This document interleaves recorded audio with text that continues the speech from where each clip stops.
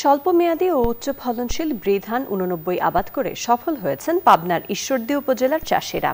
ফলন বেশি হওয়ায় বাড়তি খাদ্য চাহিদা পূরণে এ ধান ভূমিকা রাখবে মনে করছেন বিশেষজ্ঞরা। পাবনা থেকে আক্তারুজ্জামান আক্তারের রিপোর্ট।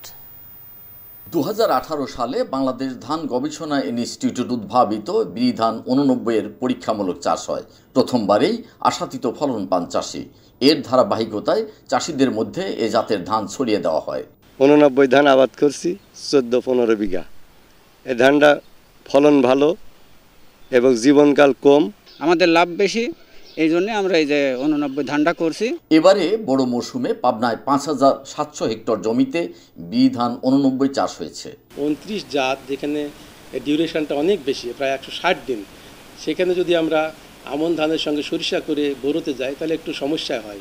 সে তুলনায় আমরা শর্ট ডিউরেশনের আমন প্লাস সরিষা এবং ৮৯ জাতটি করলে এটা খুব সেট হয় আমাদের বিভিন্ন যে প্যারাম আছে সেগুলোর মধ্যে। ব্রি ধান ৮৯-এর বিভিন্ন মাঠ ঘুরে দেখেন কৃষিমন্ত্রী ডক্টর আব্দুর রাজ্জাক।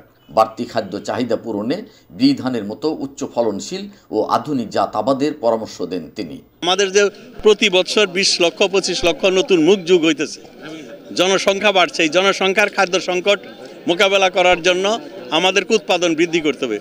বিজ্ঞানীরা নতুন নতুন জাত উদ্ভাবন করছে। আমরা ২৮, ২৯কে রিপ্লেস করব এই দুইটা ভ্যারাইটি দিয়ে। তার জন্য আমরা সর্বাত্মক কর্মসূচি গ্রহণ করেছি। অন্যান্য জাতের চেয়ে ব্রি ধান ৮৯ এটি ফলন বেশি কিন্তু উৎপাদন খরচ কম। ঈশ্বরদী কৃষকরা এটি চাষ করে সফল হয়েছেন। তাদের এই সাফল্য গাথা সারা দেশে ছড়িয়ে দেওয়ার উদ্যোগ নিয়েছেন কৃষি বিভাগ। পাবনার ঈশ্বরদী থেকে আক্তারুজ্জামান আক্তার, চ্যানেল আই।